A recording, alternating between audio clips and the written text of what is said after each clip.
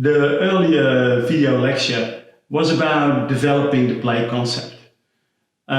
This lecture is about elaborating the play concept. And in fact, that's part of having impact. So we go to the right part of the play model, and there it starts with having impact. So what does it mean, elaborating the play concept? Well, it is about combining different change strategies and phasing them in a whole path of transformational change. Let's start with combining and choosing. We have seen that we have 6 different change strategies.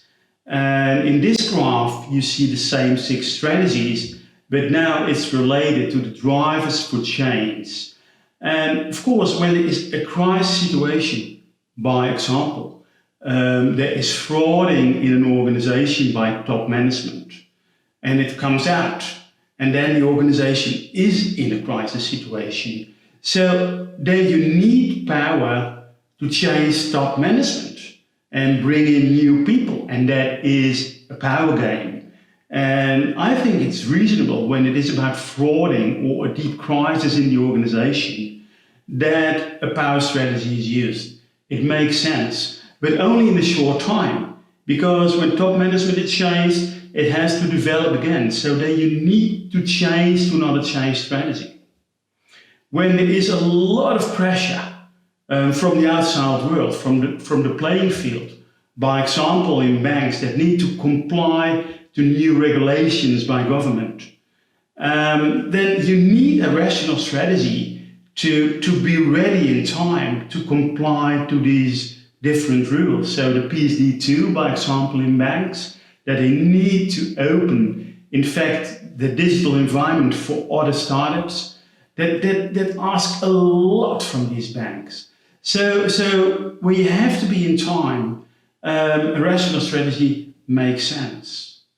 When you need to improve quality, because there are a lot of complaints of customers, of course, then you need a rational strategy as well. So if there is a lot of pressure from the playing field on the organization to adapt, and you know what to do, then you can use power rational negotiation strategy, and that makes sense then. But now, when you need to improve motivation of people, or you have professional shame in your organization. By example, in schools, the teachers have the feeling that they're not able to contribute to the development of children. Then they are motivated already to work on the essence and the purpose and the meaning of the organization. And when they are motivated already, it's pretty simple. You can use a motivation strategy to, in fact, enforce what is going on already. So that's about professional shame. And talking about professional shame, if you are able to touch the professional shame in organizations, in healthcare or youth care or education or engineering, when you touch the professional shame, you have an enormous motivation for a change process because people really want to work professionally. When organizations want to qualify for the future, of course you need to experiment, and then a learning strategy is more appropriate. And when it is really about futuring, innovating, as we've earlier seen in the example of 3M Healthcare, then dialogue strategy is possible. So this is about, choosing a change strategy and elaborate it, but then about combining. Well, to be honest, power, rational negotiation go pretty well together. They're more in the same paradigm, but motivation, learning, and dialogue is a different paradigm, and they go well together as well. But just imagine that you need to act fast in a crisis situation. They use power rational. But then, of course, at a certain moment, you need to revive the organization, and then it's possible or needed to change to motivational learning strategy. So that is a way how to balancing the different change strategies. Let me give you an example about, in fact, stabilizing and adapting, or stabilizing and developing or innovating. Take the healthcare crisis caused by COVID-19, where you see when people, a lot of people, had to go to intensive care, and there was a lot of business going on in hospitals. You need to stabilize. It was important that there was enough room, enough space, enough equipment, a lot of nurses that were able to adapt and to support all these people that came to the hospital. It was chaotic. And in these chaotic situations, it is important to stabilize. And then you need to act and to stabilize the situation and take care that there is enough capacity. And that's done. But you can imagine that's not enough. Because what are we going to do to prevent against this kind of coronaviruses? Because this will not be the final one. So then it is important in adaptation and innovation to find ways to prevent that people get infected by new coronaviruses. And then it's definitely about vaccinations that are possible, yes or no, new ways of treatment, new ways of prevention in society, and that's all about adaptation and innovation. So what you see here, it is a balancing act. And many organizations are affected economically by the COVID-19 virus. And then, so they need to adapt as well. So what they do is stabilizing the situation and be cost conscious and focus what really has to be done. But at the same time, it is important to be innovative and looking for new opportunities. By example, my own university, ESAD in Barcelona. Of course, the first step was closing down the university, adapt, looking at costs, looking at, well, keeping contact with students. And that was all about stabilizing the situation.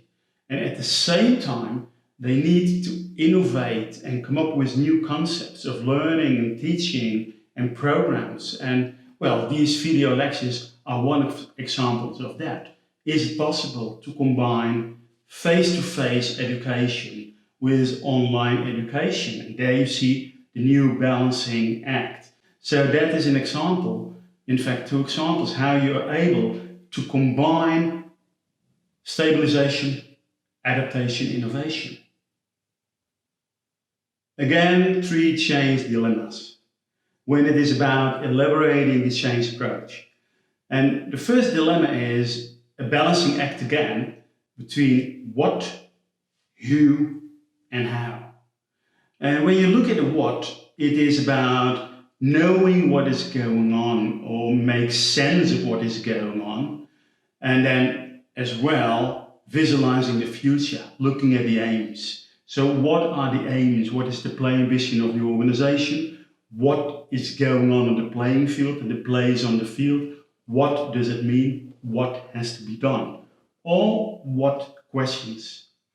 And now it's interesting because most organizations in change programs only focus on the what. But at the same time, there is the who. And the who are the people in the organization who have experiences. All kinds of experiences, and how seriously do you take them? Do you involve them? Do you ask for them? Do you use the knowledge that people have?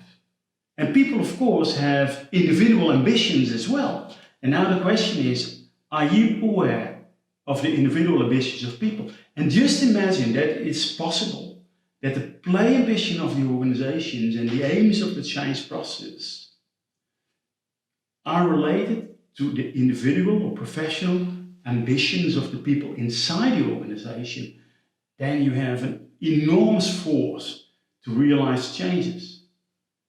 And the third question is the how. And I've seen many change programs. And what is usually forgotten is how. And that it's an interesting question because that's what we talk about. What kind of change strategies? How do we combine them? How do we face them? What about communication? What about people involving, the different roles to play? So the how question is maybe even the most important one when you talk about what, the who, and the how. It is like play, by the way, because then the question is, what are we going to do? And there's what. What are we? But there is also a going. What are we going to do? There is the acting. And then who wants to join? And in the who wants to join, there is the who is helping, playing together. And then what are we going to do? Who wants to join? And then when you see in play with children, they start talking about how to play the game, what kind of rules might be helpful, and how to do it.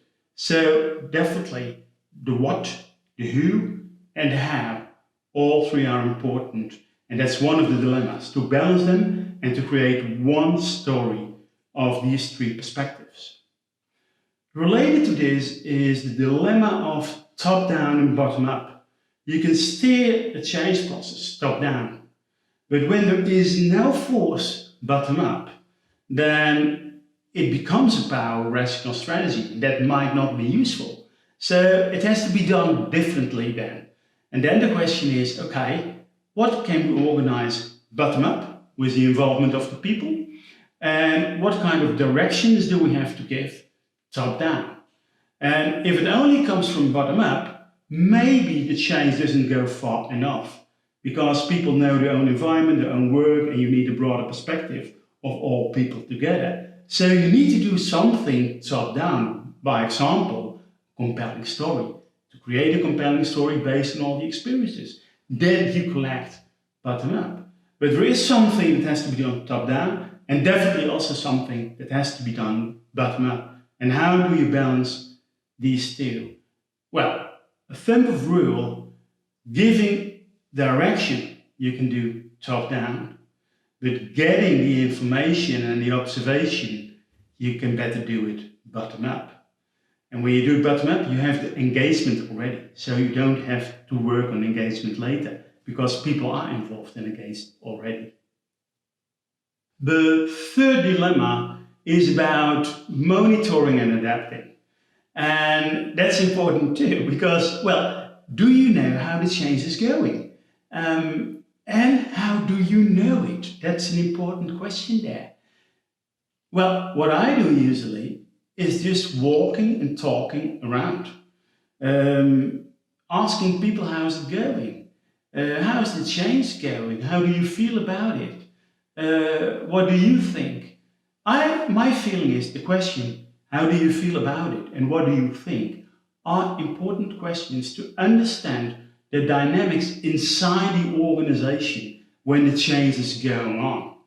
So just walk and talk around and make sense of all the answers and the observations that you have. And if needed, maybe we need to speed up, or we need to slow down, or we have to pay more attention in, by example, an education program, or it is important that middle management gets more involved. So realize changes based on continuous observation and the feelings and emotions by monitoring what is really going on is the third dilemma to take into account when you really want to make changes in an organization.